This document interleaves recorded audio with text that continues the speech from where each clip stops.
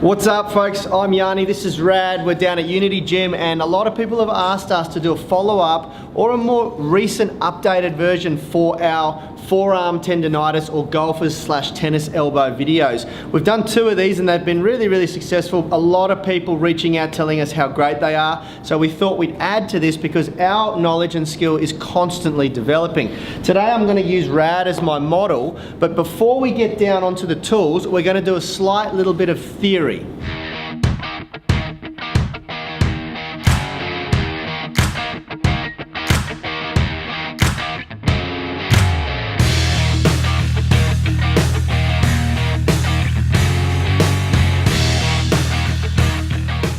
Okay, this is what we call at Unity Gym the issue intensity continuum. This is probably the biggest thing that people get wrong when they're rehabbing any injury. Let me explain.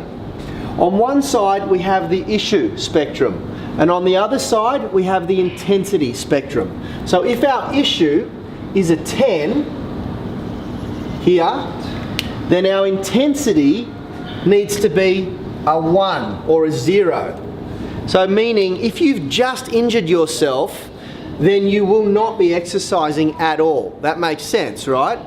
As our issue decreases, our intensity increases. So let's just take an example midway. Let's say hypothetically that the pain you're experiencing now in your forearms is a 6 out of 10. That means that our intensity of exercise should not exceed a 4 out of 10. This is super important to understand because most of us, we develop forearm tendonitis if it's gym related by doing too much gripping work. It might be from pull-ups, deadlifts, bicep curl, tricep extension, or all of the above and a combination of all of the above. If you're an athlete, it could be from playing tennis. If you're a golfer, it could be from playing golf. Whatever it is, what we tend to do is we hurt ourselves, we get diagnosed, we take some time off for recovery, and then we jump straight back into what you're doing. If that was an elite level athlete, then your intensity would have been somewhere up here, 8, 9, or 10. Particularly if you're like me and Rad in the gym, we're doing loads and loads of calisthenics work and gymnastics work where we're balancing on our hands using our forearms, where we're doing muscle ups, where we're doing ring sequences of movement.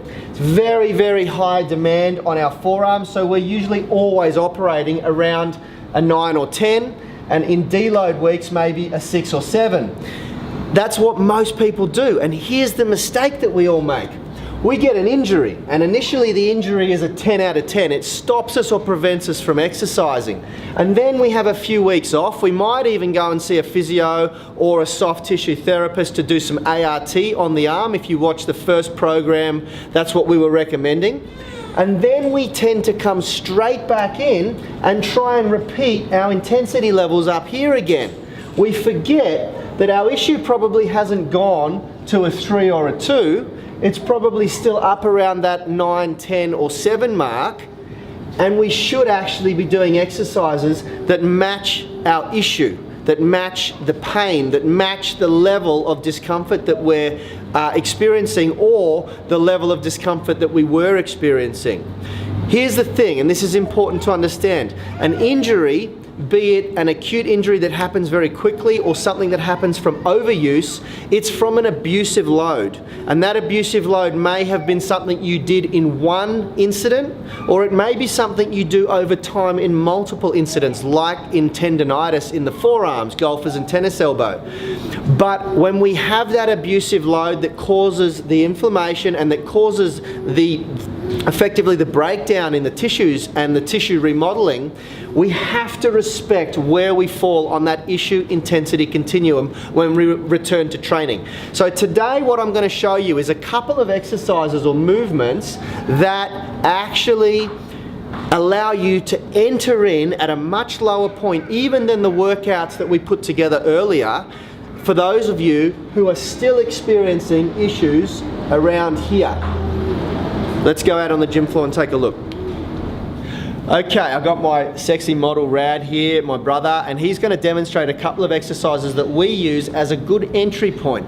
First of all, we're going to do what's called isometrics or isometric contractions. That's a contraction in the muscle tendon without any movement occurring. Let's jump down.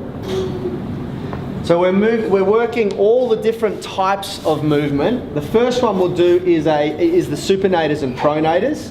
So what Rad's going to do is grip the weight here, and this weight, it's a club bell, is wanting to exert force this way. So just by holding it there, he's working the pronators. Okay, nice and easy. Now, when we're doing these isometrics and any of these movements, you're going to have to experience a small level of discomfort to force the tissue to remodel.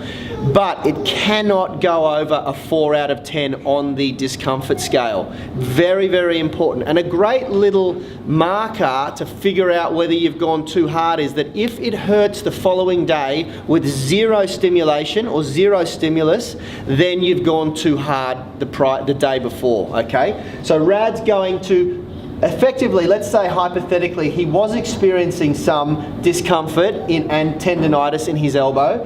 He would want to take this to a weight and a difficulty where he feels it for about a 4 out of 10, okay? And if you don't have a club bell, a really good thing that you can use is a broom, because with a broomstick what you can do, you've got the head of the broom out there which will apply pressure for you, and the further your hand is away from the center, the more pressure it is.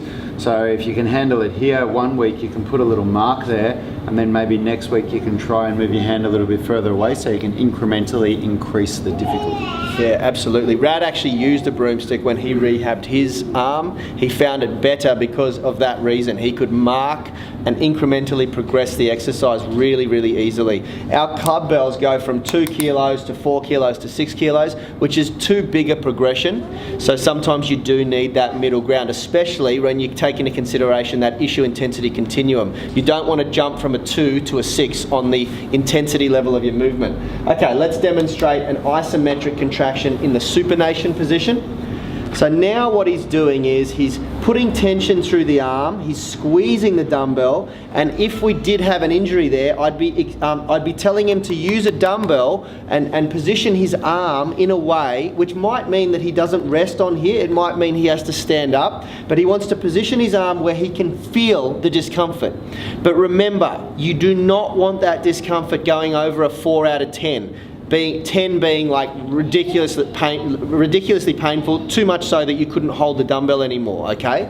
So once he's feeling it, then we're just gonna hold that isometric contraction for about 10 or 15 seconds, and you can do that 3 or 4 times daily until you're ready to progress to eccentrics. So let's show what an eccentric would look like if you're using your other arm. So make sure you note that Rad used his other arm to help bring the dumbbell up. Then he controls the eccentric only contraction on the way down. Now this is both good for rehabbing and remodeling the tissue, but it's also good for re-establishing full mobility in the forearm.